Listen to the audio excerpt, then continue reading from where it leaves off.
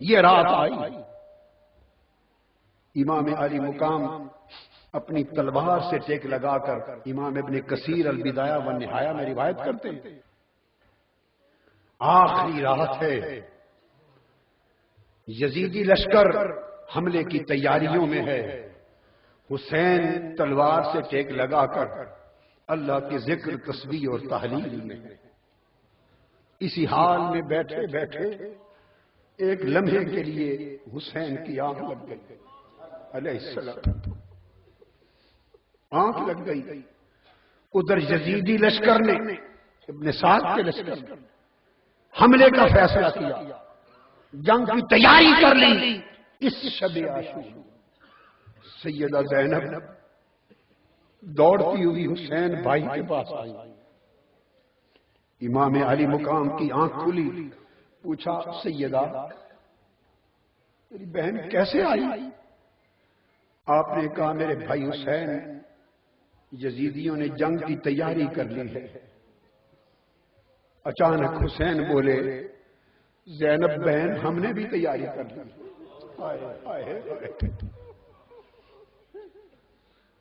ہم نے بھی تیاری کر لی۔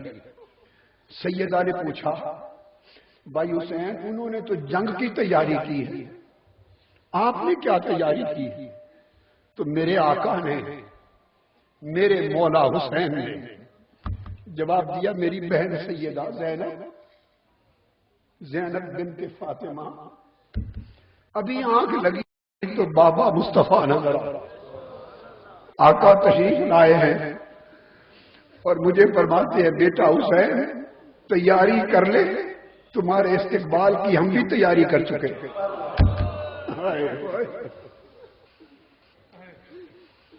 تمہارے استقبال کی تیاریاں ہو چکی ہیں، ادھر بھی تیاریاں ہیں ادھر بھی تیاریاں ہیں۔ یہ شب عاشور یہ تو ایک مشاہدہ ہے حسین کا، اور ایک باب مصائب میں دوسرا واقعہ ایک آتا ہے کہ ادھر سیدہ زینب ساری رات تسبیح تحلیل کرتی کرتی بنو ہاشم کے احوال دیکھتی، کبھی انصار حسین کے احوال دیکھتی، کبھی ذکر و تسبیح کرتی، کبھی سجود کرتی۔ اسی حال میں بیٹھے بیٹھے جسم تھکن سے چور تھا، ان کی آنکھ بھی لگ گئی۔ خواب میں دیکھتی ہیں کہ میدان کربلا ہے، اچانک آسمان سے نور اترے، حوران جنت نور کی شکل میں اتری، ہر طرف نور ہی نور بکھر گیا، اور نور کے اس عالم میں ہزار حوروں کے عالم میں نور کے جھرمٹ میں کوئی پردہ دار خاتون اتری، اور خواب میں دیکھتی ہیں کہ وہ پردہ دار خاتون ہزاروں حوروں کے جھرمٹ میں میدان کربلا کی ایک سمت جھاڑو دے رہی ہے۔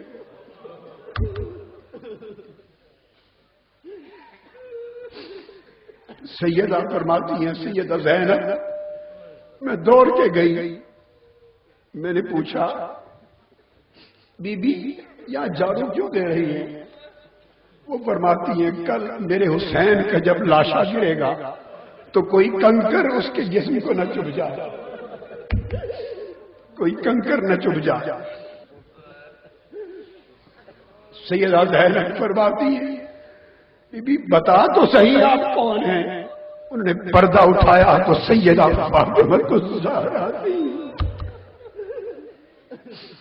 لوگوں یہ رات تھی کربلا والوں کی آخری شب، یہ آج کی رات تھی، رات تیاری میں بسر ہوئی، دن چڑھ گیا، جنگ کا نکارہ بج گیا، یکے بعد دیگرے جوانان اہل بیت حسین کے قربان ہونے لگے، ایک کے بعد دوسری شہادتیں ہونے لگی، ہوتے ہوتے پھر حسین کے گھر کی باری آ گئی، فاطمہ کے گھر کی باری آ گئی۔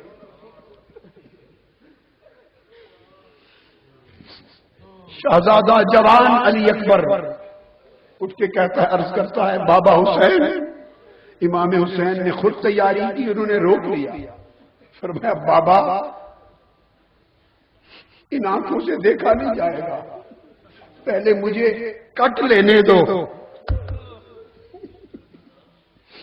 علی اکبر کو حسین نے سپرد کر دیا۔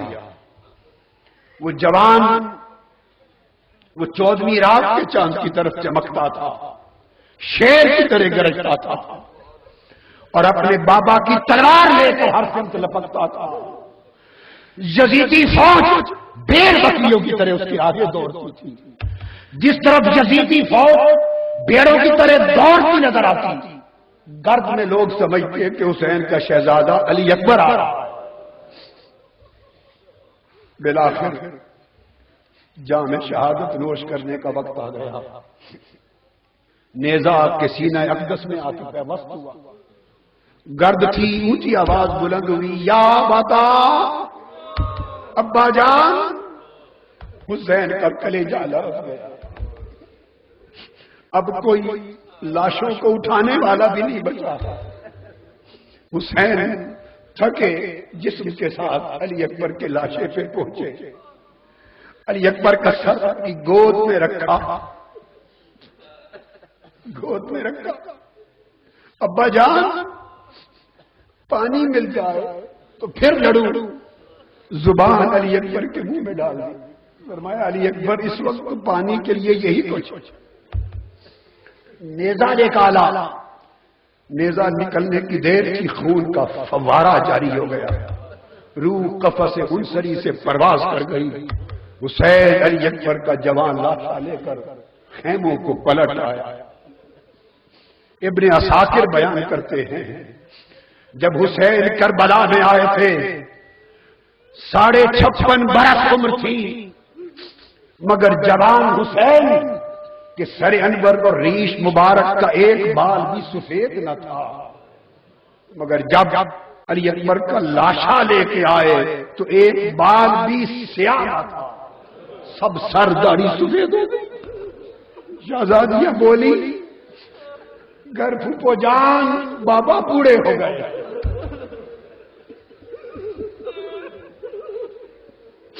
علی اکبر کے لاشے کو لٹا دیا، چاہا کہ اب کوئی نہیں بچا، اب سب کو سلام کیا۔ شہزادیاں خانوادہ گلشن رسول کے پھول اور کلیاں بہن سیدہ زینب کے سپرد کی، چلنے لگے۔ لگام کو آ کر حضرت قاسم نے پکڑ لیا، عرض کیا چاچا جان امام علی مقام، اب میری باری ہے، میں جاؤں گا۔ فرمایا نہیں بیٹا قاسم، تو میرے بھائی حسن کی ایک نشانی ہے، تو رہ جا،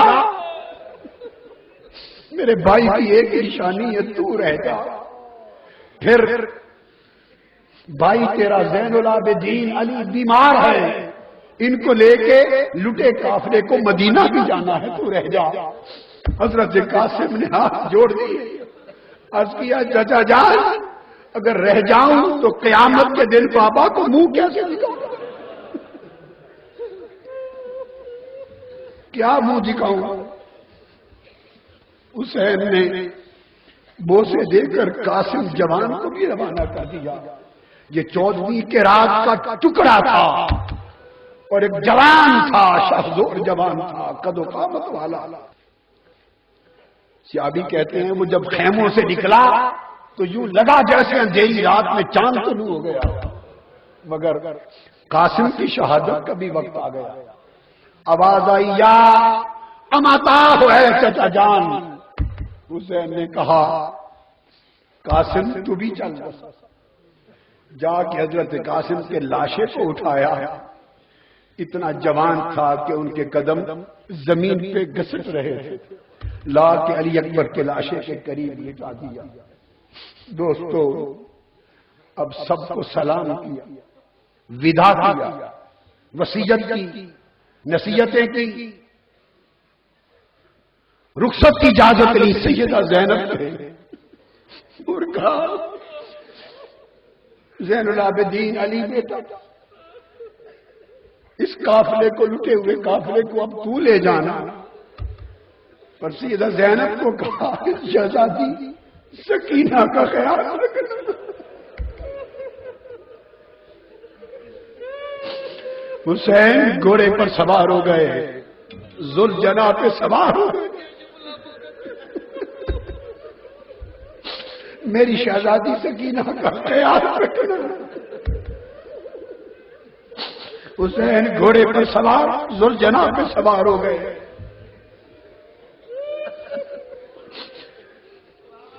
کلمات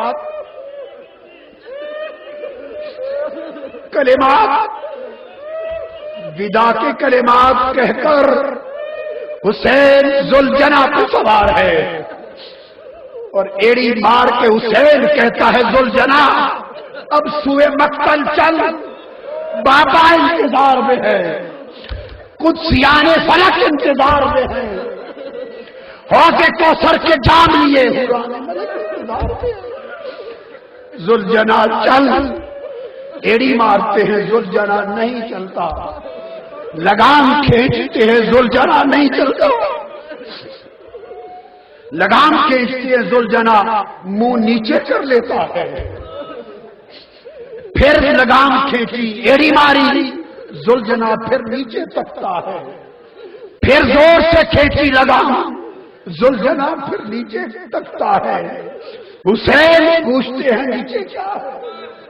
ذوالجناح سے اتر کے دیکھا تو چھوٹی سی شہزادی ذوالجناح کی ٹانگوں سے لپٹ کے کھڑی ہے اور کہتی ہے گھوڑا تیرے پاپا کو نہ لے جا, ادھر جو بھی گیا ہے پلٹ کے نہیں آیا.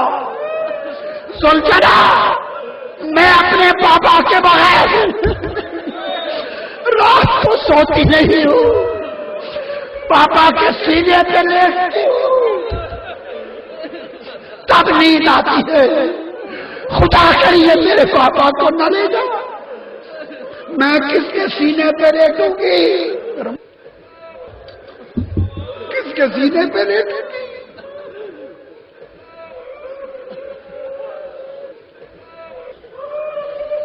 امام علی مقام نیچے آ گئے, شہزادی کو اٹھا لیا,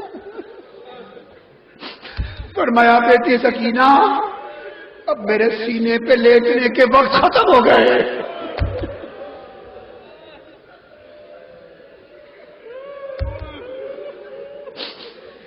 سیدہ زینب کے سپرد کیا, کہا بہن زینب اب تو میری سکینہ کو سینے پہ رات کو لٹایا کرنا, اس کو لوریاں سنایا کرنا, اس کو زبان چسایا کرنا, میری سکینہ اداس نہ. سپرد کر کے حسین چل پڑے.